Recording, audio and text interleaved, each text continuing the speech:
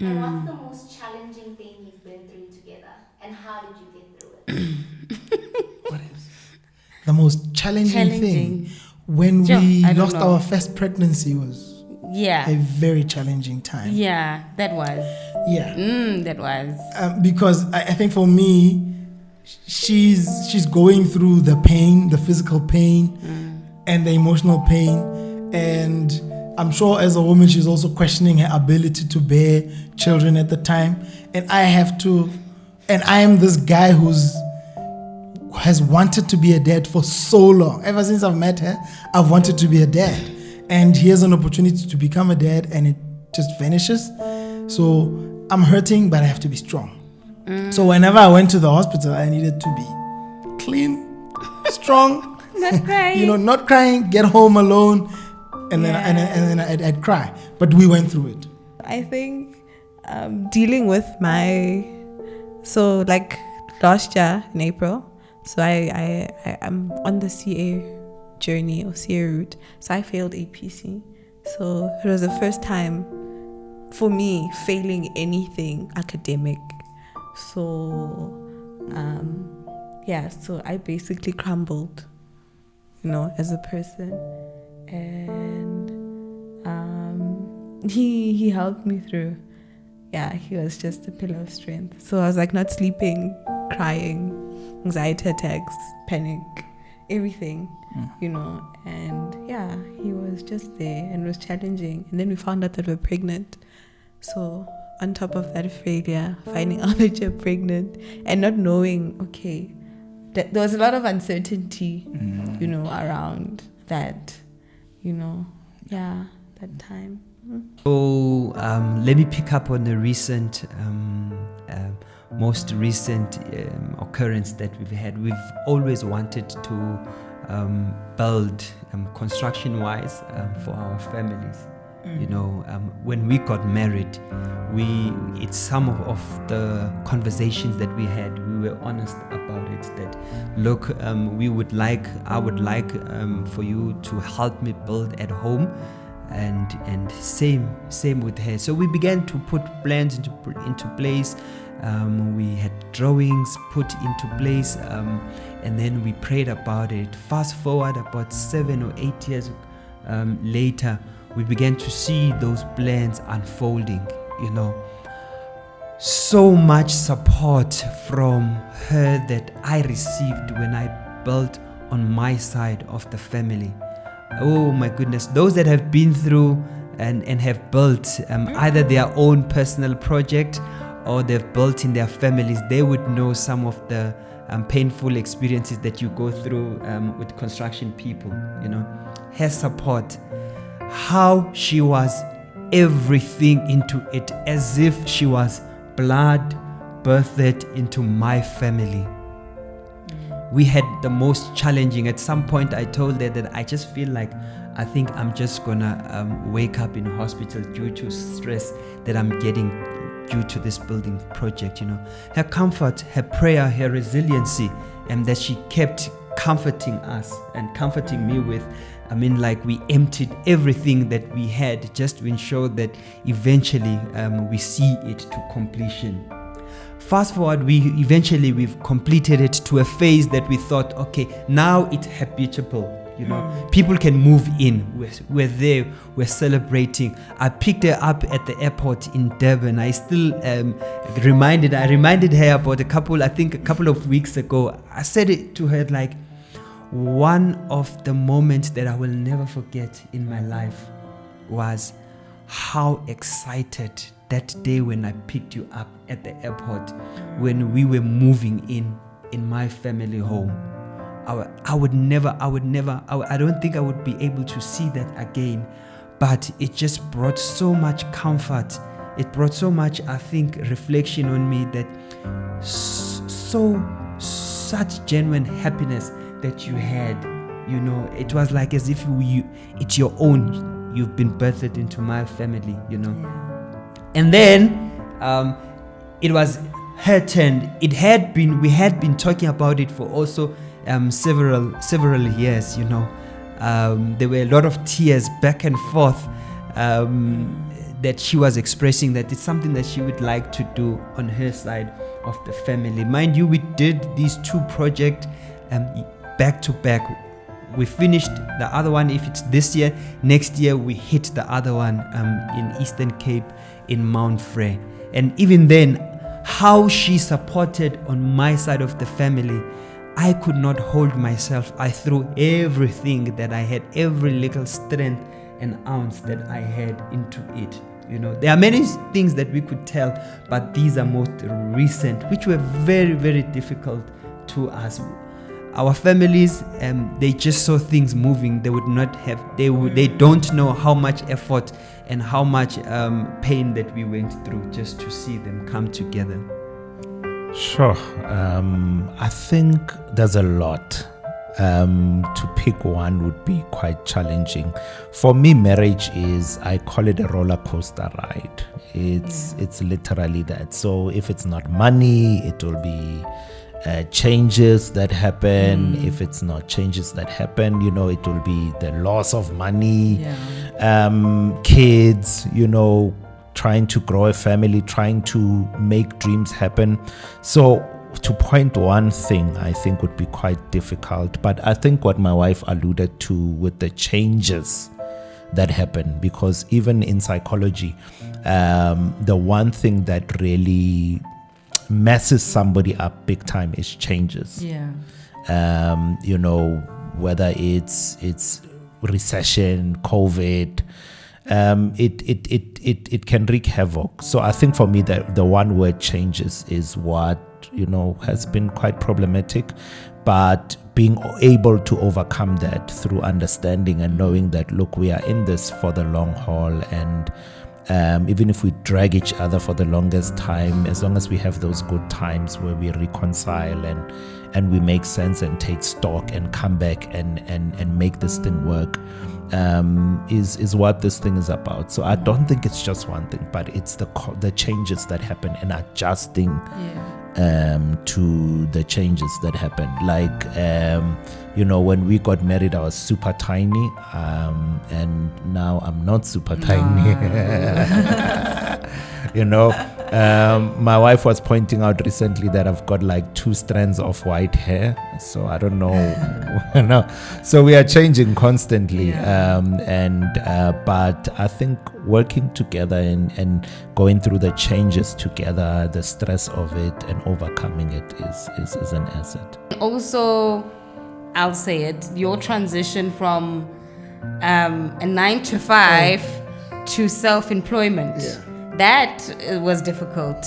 I think those 2 are top for me, because then at that point it sort of challenged the promise, it challenged the vow, and that has been, I think, one of the ones that I think we've sailed through because of God.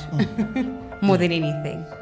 It was one of the most difficult seasons we had to go in. Not only from an emotional and psychological point of view, but also from a financial point of view. You must remember that when you are building, there's a lot of money involved. There's a lot of money involved. And so here you had the savings of 7-8 years, where at some point we needed to kind of minimize our lifestyle because of these goals that we had.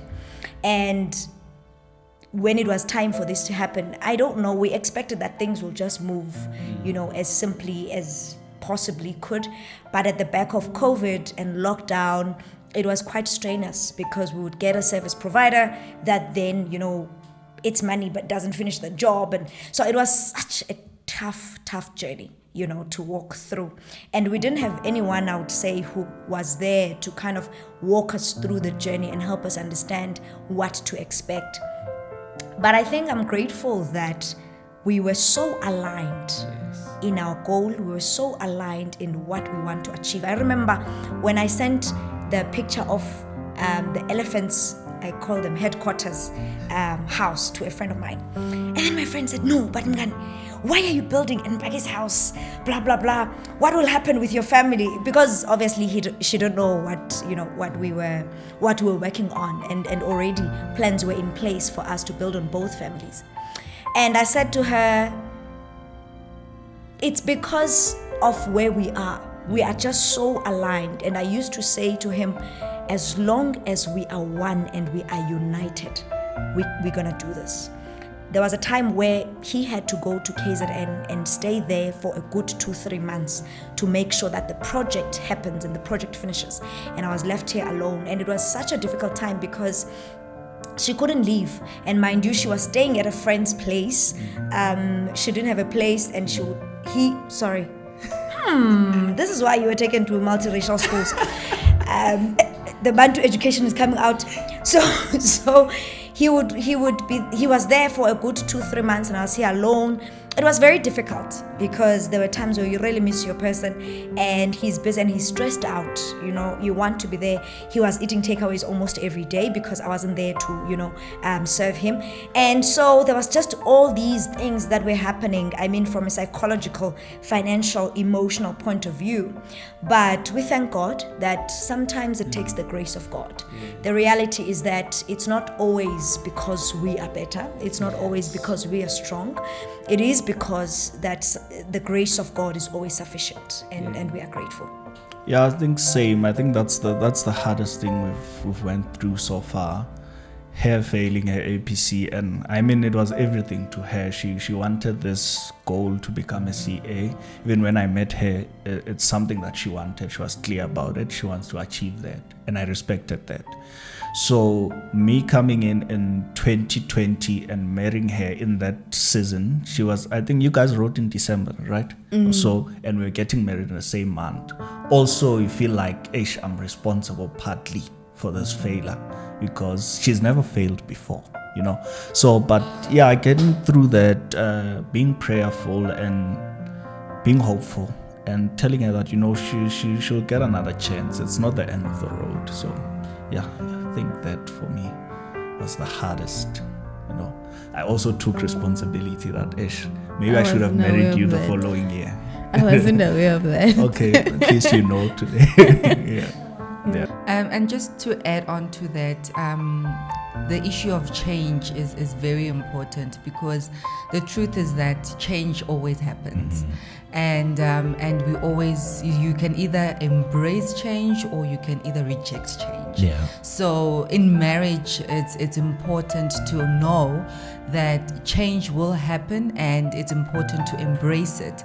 And I think it's very simple. It's just like a child. When a child is growing up, there are 3 weeks, then there are 6 weeks, then there are 8 weeks, then there are 10 weeks, then there are a year, then there are 5 years, and there's always change. So for me, it's how do we embrace that change? Yeah. And just like a roller coaster, there's fun moments where it's awesome, it's great, and change happens, and then it's like, what am I doing here? But being able to embrace that change, I think that's what really gets us growing. The truth is that change always happens. Yeah. There's change everywhere. In corporate, there's change management because change happens. Yeah. What's one thing you wish you knew before you got married? That it'll be fun. I think so. Yeah. That marriage is actually fun. Because I think we grow up with the concept that, oh my God, you are stuck in there forever. You'll never ever kiss it or be with anybody else. I don't know where that concept is derived from as we grow up. But I think more than anything for me is that marriage is actually fun. You have a friend. I think there was a quote somewhere that says it's a sleepover with your best friend for the rest of your life. Yeah. But it's actually very fun. I think that's the one thing I wish I knew. Let me think about it. I don't know, maybe I grew up alone at home, so I'm the only child in the house, so having to share everything, basically everything, yeah, not being selfish, but having to share everything. So yeah, but it's not a problem. It's just something that I wish maybe I had a sibling also. Yeah, having to share the remote, yeah, things like that. Jeez, for me, I think it's the same. There's a lot of things that come up in the first years of marriage that you're like, we can go through all of that but still have fun. I wish I knew that I would have a friend, then I think I would have gotten into it much earlier. Yeah, only because you didn't want to get married I didn't at first. at yes. first. But not not to me. Yes. But the concept of marriage Yeah. for you was different. It was. Before we got together. Yeah. Yeah. Because the examples I had of married people then weren't portraying the goodness I'm seeing now of marriage. So yeah. Even in the tough times. Yeah. Yeah. I think that changed, which is Yes. something else.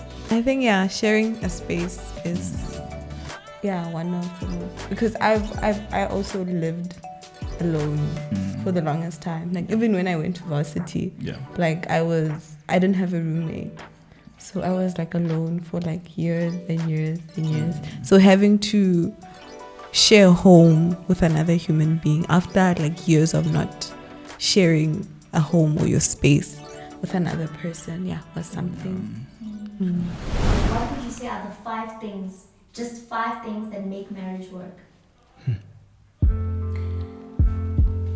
One of the things that I've learned about marriage in the few years, my husband always says, it's not few years love anymore. When you're going for 9, it's not few years anymore. But the first one is friendship. Friendship is so vital. We were laughing the other day, we were saying that the way we were just so attracted to each other physically and sexually before we got married, we both thought, we'd be doing this thing every day. And now we look back, we're like, Chief, what happened? But young couples who believe otherwise. So now it's like, Chief, what's going on? But the friendship, I just love spending time with this guy. I love laughing with him. We are driving, we see a car, we make a joke, we talk about it. We talk about our careers, we navigate through the most difficult times together, because the reality is that the physical attraction cannot sustain, a marriage. So that's the first one. Friendship, company, being there. It's just one of the most incredible things, knowing that there's one person in this world who, no matter what happens, of course, over and above Jesus, who will well. Number 1, I think understanding. Number 2, humility. You've got to be humble. Humility is very important. Number 3, I would say respect. Being able to respect one another, and respect one another's ideas, respect one another's vision, respect one another's change and ideas. I think for me that's very important. Number 4 is loving one another. Hello. I believe loving one another and liking one another is important, because you cannot stay in a marriage if you don't love the person. You cannot stay in the marriage if you don't like the person, and you won't even try make it work when that change happens, because you don't like them, you don't love them. So liking and loving one another is important. And number 5 is understanding. I think I did say understanding there. So I would say like having how can I put it, wishing each other well, I think is also important to make a marriage work. If I don't wish my husband well, or if he doesn't wish me well, we won't be able to work towards a common goal and a common vision. So those are my top 5. I think vulnerability for me, I think shared belief, shared faith. You can go. I'll think about the others as you speak. I think vulnerability, the shared faith is so important. Yeah, I think a shared value system. If our household is going to be run under the rules that are found in the Bible, then we must both agree. I think one thing is agreement. the is it Bonnie and Clyde kind of scenario? Whether you're gonna do good or bad, you must just agree. If you agree as a couple, you're gonna succeed. You know, whether it doesn't matter in what aspect. But if it's money, I think agreement is one. Respect. Respect goes beyond the person. Respect is, if I respect you, I'm gonna respect your family as well. Yeah. Because you can't respect your wife and not her father, because all of those people encompass who she is. Yes. So you have to respect her holistically. So it's respect, it's agreeing, and honesty and openness. Yeah. Firstly, I'll say it's God. God is very key. Secondly, the type of person you marry, very important. Because you find that you get married to a person who is not going to the same direction that you are heading, and that on its own it will cause a division. Being united, fourthly, loving each other, being friends, being the best of friends also. Yeah, so those are my 5 I think. The second thing is togetherness, and I'll split this into 3, and I think I'll hand over to you, baby. The other thing is, it's important to pray together, especially for Christian couples. So there's what we always say with our marriage, to say our marriage is a Christian marriage. What does that mean? Essentially what it means is it is governed by Christian principles. So he cannot come and tell me to do A, B, Z because his culture says so, because we don't have a cultural marriage, but we have a Christian marriage. He cannot come to me and tell me let's do 1, 2, 3 because this is how it's done by somebody else, or Hindu couples that he's met and this is what they are doing. And I make an example. Why? Because our marriage is Christian, which means we abide by what the Bible teaches. And one of the fundamental things that the Bible teaches is wife submit, man love. And those are the 2 lanes we stick to at all times. And so, like I said, the first thing is friendship. The second thing is togetherness. With that one, I will say praying together. It's so important. It's great that you've got your own, relationship with God. You can fellowship with the Holy Spirit as and when you can, in your bedroom, in the lounge, or wherever else, you get that time. But also it's important to hold hands in unity and pray. Number 3 is to play together. So we're a very fun couple, though you won't know or you won't tell from Instagram because we are the oldies. We don't post everything, but we do the most random of things.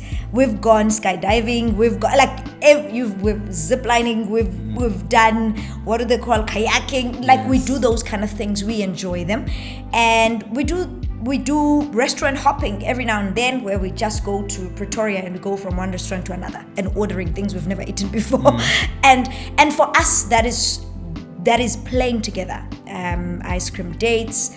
Funny enough, we don't have a date night set, but we always, when we need time off, we say let's go for coffee, and we just drive. And for me, the one thing that I would add is sex, intimacy, and affection. So sex and affection, and basically what we call intimacy. Somebody was saying that without affection and sex, your marriage is a friendship only. And so you can have all these other things, but if there's no intimacy emotionally and sexually, all you have is a friendship. So I would add that, and then I'd also add forgiveness. Oh yes. You are both going to get it wrong numerous times.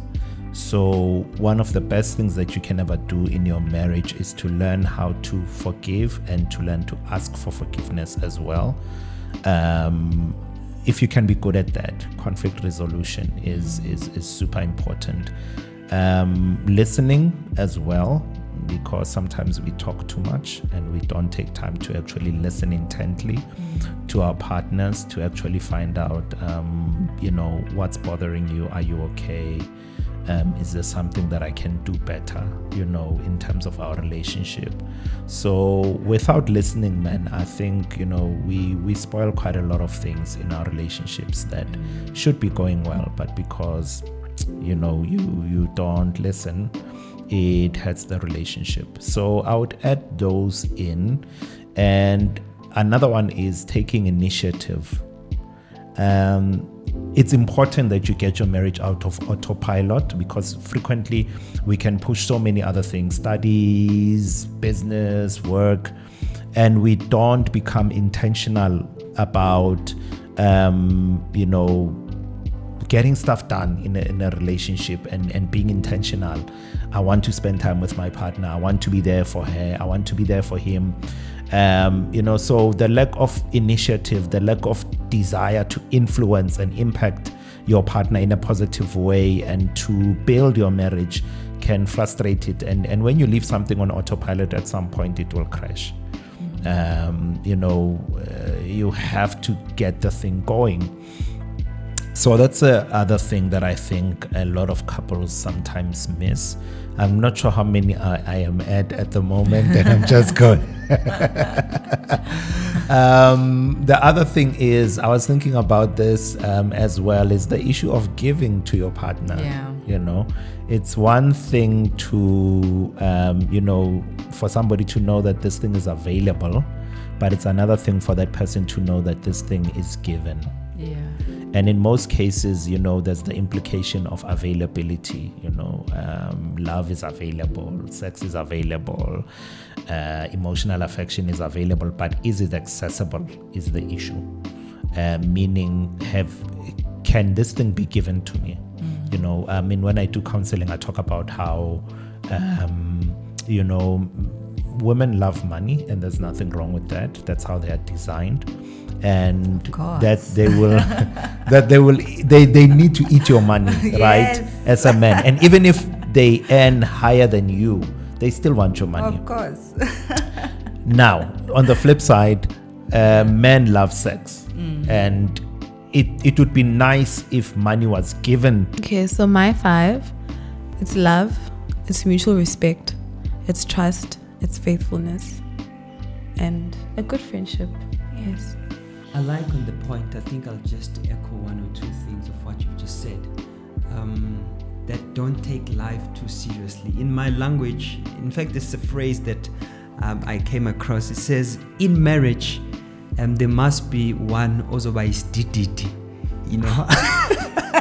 Just loosely translated is that there must be someone who, how would I put it?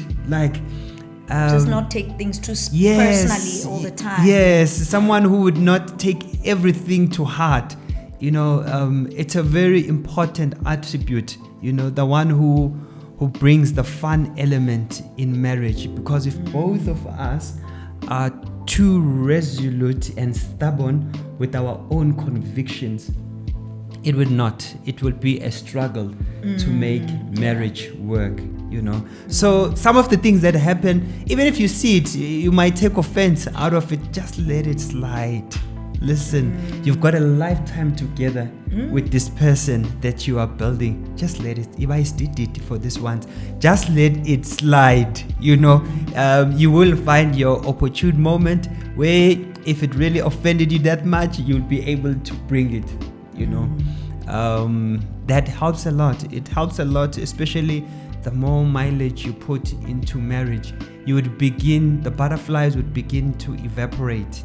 And then the reality of the person whom the person is and the person is becoming, you start to live with that, So if you're going to take everything, even the smallest of thing, and make it quite big and blow it out of proportion, I think you are just introducing a lot of potholes into your marriage, The second thing that I just want to echo on is on finances. It's very important to be aligned in terms of finances. Like we said, we don't have a working formula that we could say follow X, Y, and Z and it will work for you. We found a pattern that it works for us, and we've been happy with it. There's no secretly stashed fund, because someone is a hustler. They have their daytime job, yet they've got even other financial streams of financial income, and your partner does not know about that. I mean, that should be used to better the experience, because all of these, our talents, our gifts, our income, the money that we make, it's just to make our life a pleasant experience. They are not means of competing. Even with academic qualification that we get, they are not for competition. They are to better empower us. So last week we are sitting after our jog. We are sitting on the stairs. She says to me, whatever that I'm doing academically, when I'm in this home here, I forget all about it. All my qualifications, they don't count. Here we are husband and wife, and that is how we regard each other. There should not be competition. Unhealthy competition in academic and finances, they constrict the marriage. Exactly. I think you've covered the three. I did too. Okay. I think you've covered it. That was so good. I see why you're 5 years in marriage. We're still babies in marriage. I feel like we're still babies. Oh, we're babies. I think we're still babies. We still have a long way to go. We do. Still learning every day. Every day. Yeah. So I always say that you take marriage as you would a growing child. In terms of, you've got your infancy stage where you're still learning how to actually eat meat. You grow your teeth. Toddler stage where you're learning how to walk, because it's gonna get difficult in the first year. The first year is not as easy. The first year is not as easy, especially if you're not living in the same place. So that's why I always refer it to a growing child. That's why I think 5 years old, we now know how to articulate ourselves. We True. now know how to talk to each other. We know how to know what we are feeling. Yep. At 5 years old, you know what you're feeling, and you know how to articulate and say, this is what I need. So by the time you're 10 years old, then now you're gaining confidence. That's why I'm saying that I always articulate it to a growing child.